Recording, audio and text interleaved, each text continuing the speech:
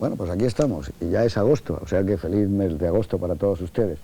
En esta ocasión no podemos decir, como siempre, el año en que Kubrick filmaba, más o menos pasaba esto por el mundo. Habría que decir los años en que Kubrick estuvo filmando la película, que fueron del 63 al 68, pero bueno, digamos que el año que se estrena la película, el año 1968, que es un año, como decía yo antes, muy emblemático, pues ocurre ni más ni menos que la primavera de Praga. Fue un año muy especial, cuando miles de jóvenes iban, no sé, desbordados de alegría, el que conozca Praga por aquella plaza de San Venceslao, y también se reunían en un bar que se llamaba Unfleck y bebían una cerveza, un bar de 1499, de 1500.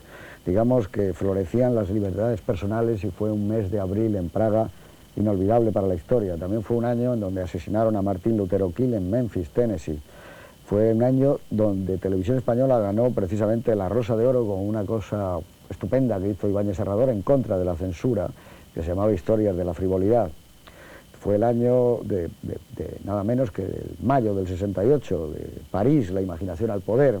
Yo creo que esto ya es tan conocido y se ha hablado tanto, es prácticamente no hay casi ni que citarlo, pero también diremos que es el año en que Robert Kennedy fue asesinado en Los Ángeles, la invasión soviética en Praga, con lo cual la alegría duró muy poco, apenas fue un trimestre.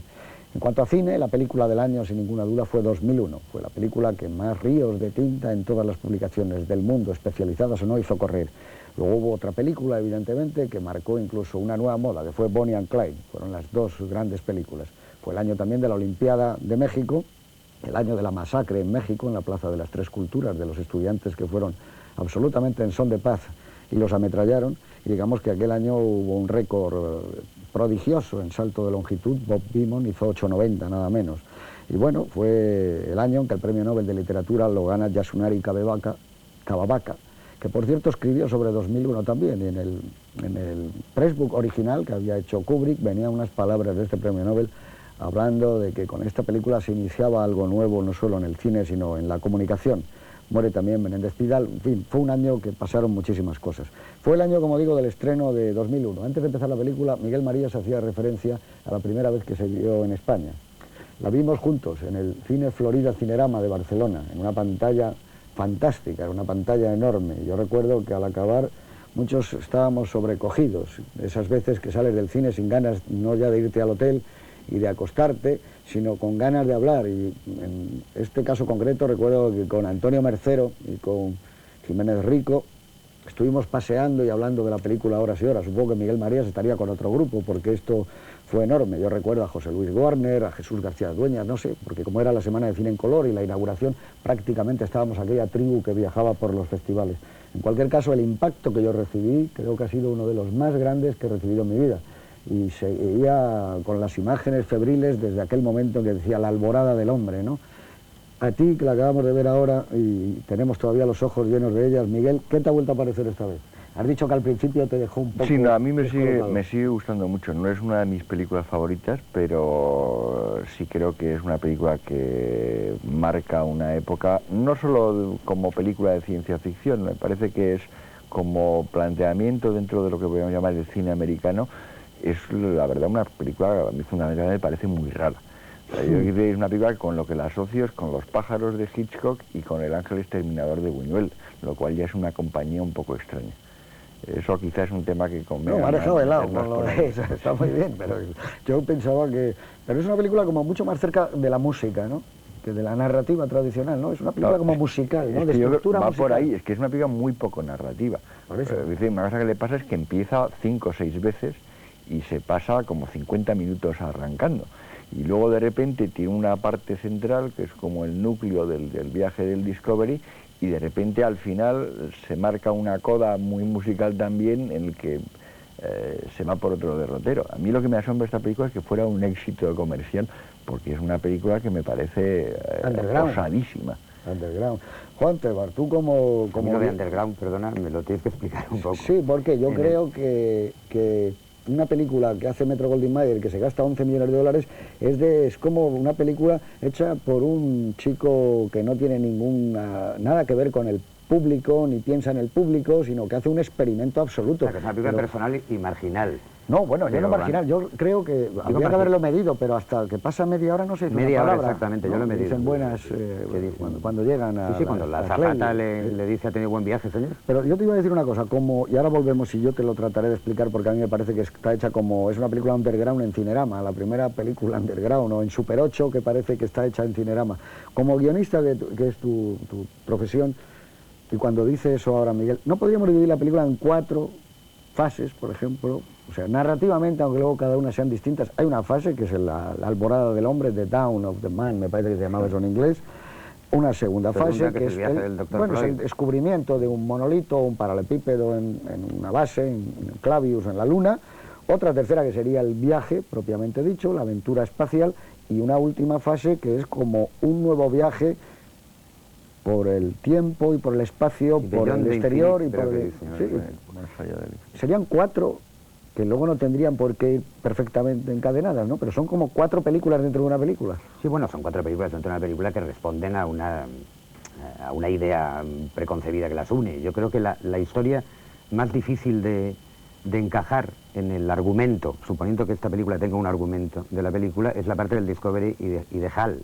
Yo digo más difícil de encajar porque a mí, que es la parte que más me gusta de la película, me parece que no... A mí, yo tengo que decir desde el principio una cosa, yo he venido aquí casi, con la intención de meterme con 2001. Pues venga. Lo que ocurre es que cuando uno se pone a hablar no puede evitar el encontrar cosas espléndidas en la película. Te vas a meter con tu propia vida. O sea que voy a ser estupendamente contradictorio en casi todo lo que diga. Entonces, hay críticos, he repasado por ahí, que le reprocharon a la película precisamente esta estructura de 4 trozos que no tenían nada que ver uno con el otro. Yo creo que sí tienen bastante que ver, salvo el de HAL, y también tiene que ver. Y lo que ocurre es que a mí esa me parece una de las cosas más originales y más atractivas de la película, esta no narrativa tradicional. Me parece que la apuntaba Miguel antes. Si esto es underground o no, no lo sé. Lo que sí es muy personal, muy de autor y muy poco corriente, sobre todo en esta época. Lo que ocurre, y voy ahora a meterme con lo que quiero meterme en la película, es que a mí me parece que la película inevitablemente, que Miguel me corrija porque Miguel iba por otro lado al decir que era más misteriosa que confusa, me parece que inevitablemente trata de explicar algo, la película. Si trata de explicar algo que a mí personalmente, y voy a jugar a espectador convencional, lo siento en este caso... Pido mi turno ahora, ¿eh? No me lo consigue explicar, sobre todo al final. No lo digo porque en cada una de estas partes que hablamos, la película es como si se parase y no te cuenta el final de esa parte, empieza otra vez, no te cuenta el final de la otra parte, sino al final hay una especie de metáfora muy importante y de mucho peso en la película, que a mí me parece lo más confuso y no lo más misterioso, esta es mi opinión, de la película. Entonces, no puedo evitar el ponerme un poco de los nervios y el pensar, no voy a decir esa frivolidad de decir me han tomado el pelo, entre otras razones porque que me tomen el pelo tampoco me molesta, realmente. O sea, quiero decirte, tantas películas espléndidas y originales te han dicho me han tomado el pelo, digo, bueno, pues usted lo ha pasado muy bien, o sea, me da exactamente igual.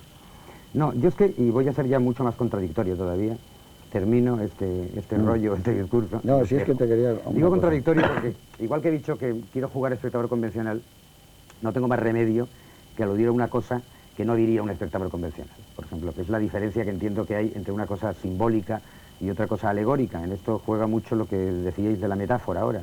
Yo entiendo que un símbolo es algo que, bueno, pues es lo que decía McLuhan, de que el medio es el mensaje, o sea, que en la propia obra está el significado y no hay que buscarle más vueltas. Significa lo que es. Moby Dick significa lo que es Moby Dick. Y una alegoría, entiendo que es algo que se sirve de una historia para explicarte algo, para descubrir unas cosas o para explicarlas.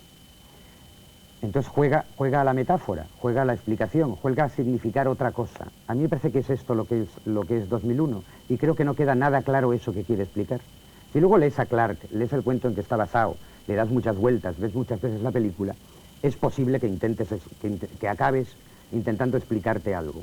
Pero a mí todo esto me parece, cuando menos, enormemente pretencioso y en su resolución confuso. Bueno, mira, esta es la pega fundamental que le pongo a esta película. Te voy a decir una cosa, yo estoy de acuerdo contigo en una cosa, que cuando Kubrick empieza esta película trata de explicar algo y según va realizando la película se olvida del tema. Es decir, podía haber puesto, como dicen, esa voz bíblica que va narrando al principio cómo era el mundo, podía haber ido contando otras cosas en cada una de las fases, podía haberse apoyado más en la idea original de Clark que del Centinela, pero él se va dando cuenta que tiene algo tan especial en sus manos y, como tú dices, muy ambicioso, que él dice, no, estoy en un camino maravilloso, acabo de descubrir algo que no tiene nada que ver con nada. Yo no quiero hacer la película que quería hacer probablemente, ni quiero explicar ya nada. La película no tiene que explicarse, tienes una película que se tiene que sentir. Estoy mucho más cerca de la música, es decir, cuando contaba Kubrick, y lo explicaba muy bien, dice, un camionero de Arkansas escucha un disco de los Beatles y lo está oyendo al mismo tiempo un chico que estudia en Harvard, y los dos la sienten, la misma música. El intelecto no es el mismo, pero el sentimiento es el mismo. Voy a hacer una película para los sentidos, sensitiva. Y entonces se aleja absolutamente de la idea de Arthur Clarke, y al final prácticamente ya no va